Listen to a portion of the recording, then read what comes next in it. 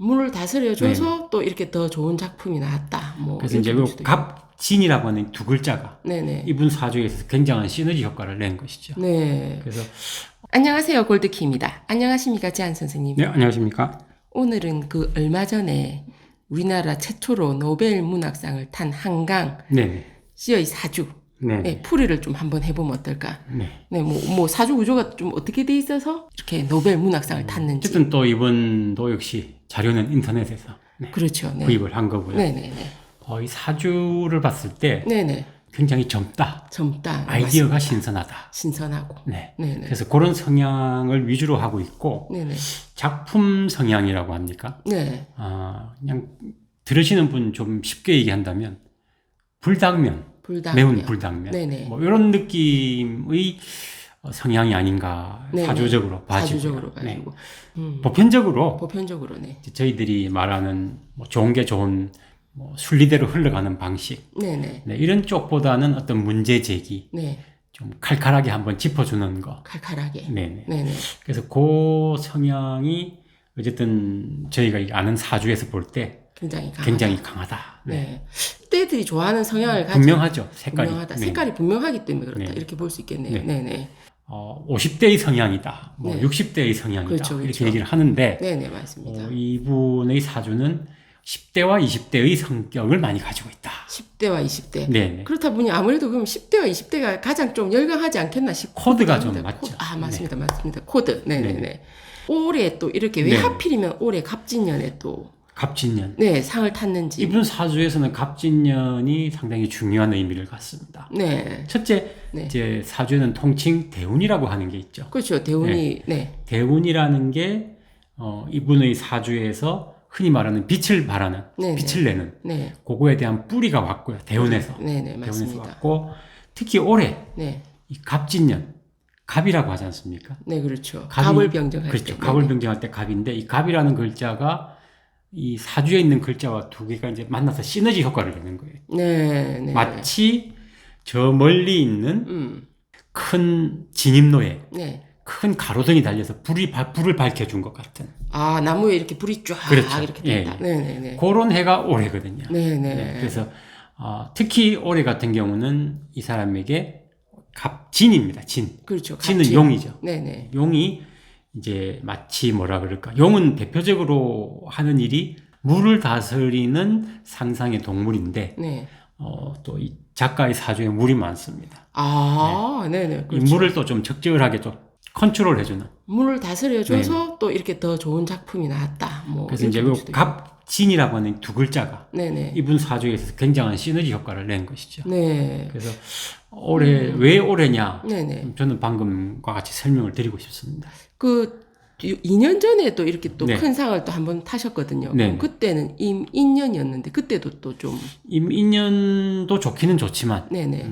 임인년은 비유를 하자면 네네. 알라딘의 반지. 반지. 네. 아. 올해는 램프에. 램프의 요정 그렇지. 진이. 네, 아, 진입니다. 네네네네. 그래서 같은 좋다고 하더라도 요게 이제 또 뭐라 그럴까 톱니바퀴가 서로 물려서 돌아가는 그렇죠. 이 과정에서 네. 더 좋은 게 이제 올해 물린 거죠. 네.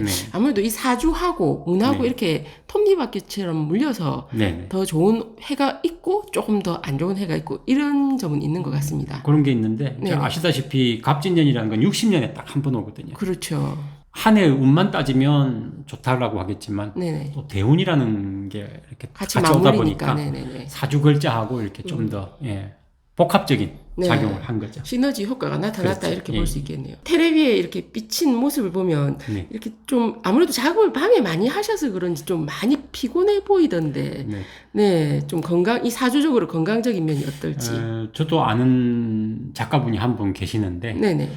항상 밤을 사랑하시죠. 하긴 밤에 이렇게 아이디어는 많이 이렇게 네. 생성이 되는데 건강은 또 좀 깔아먹는다 볼 수 있지 건강은 않겠습니까? 또 건강대로 가는 거죠. 그래서 네, 네. 이분 작가분의 이 사주를 보면 네네. 겨울에 태어나셨어요. 그렇죠. 겨울에 태어났고 겨울에는 우리가 모든 게 다 수축이 되고 모든 게 차가워지는 거예요. 그렇죠. 맞습니다. 이분 사주에 제일 표면적으로 드러난 게 이런 기관지나 호흡기, 네네.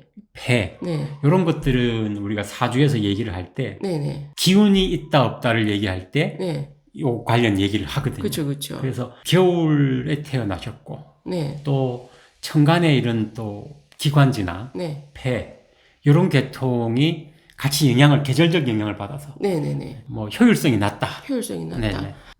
기관지 네. 아니면은 수면. 아, 잠자는 거 말씀. 네네. 네. 잠자는 걸 사실은 거꾸로 자면 되지 않느냐 하시는 분도 있거든요. 네네. 뭐 밤에 못 잤다. 네. 낮에 한 8시간 자면 되지 않느냐. 네. 자도 피곤합니다. 그건 맞습니다. 네, 왜냐하면 네, 밤이라는 에너지가 네. 우리 몸에 있어서 어떤 원기를 보충해주는 또 작용이 있어요. 네. 그 작용을 못하게 되면 낮에 잔다고 해서 그게 보충이 되지는 않습니다. 그러면 또 여기서 왜 한강 네. 작가분이 쓰신 작품들을 좀 보면 네. 주인공들이 좀 사회적으로 좀 약간 배척됐다 해야 되나 소외된 분들이라든지 좀 우울합니다 사실은. 네, 왜 그런 작품을 좀 위주로 자꾸 쓰시게 되는지. 간단합니다. 네네. 자, 아까 제가 이분 언제 태어났다고 얘기했죠? 겨울이죠. 네. 겨울에는 공기가 찹니까 따뜻합니까? 폐까지 어는 듯한 즐겁지는 않죠. 네, 차가운 공기입니다. 네. 네. 거기에 마치 이제 청량한 달빛 혹은 별빛 네. 요게 있는 풍경을 한번 생각해 보십시오. 가슴 시린 뭐 네. 차가운 겨울밤. 그렇죠. 뭐. 네네네. 그렇지만 희망은 가지고 있는.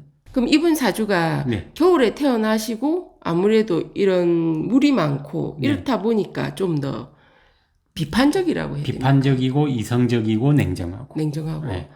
조금 따뜻하다 이런 거하고는 조금 거리가 따뜻한 건 하나 있어요. 네. 그게 약간 희망의 어떤 아이콘 같은 건데 네네. 아까 이제 환경은 얘기했지 않습니까? 네. 하늘에 있는 별, 네. 달. 네.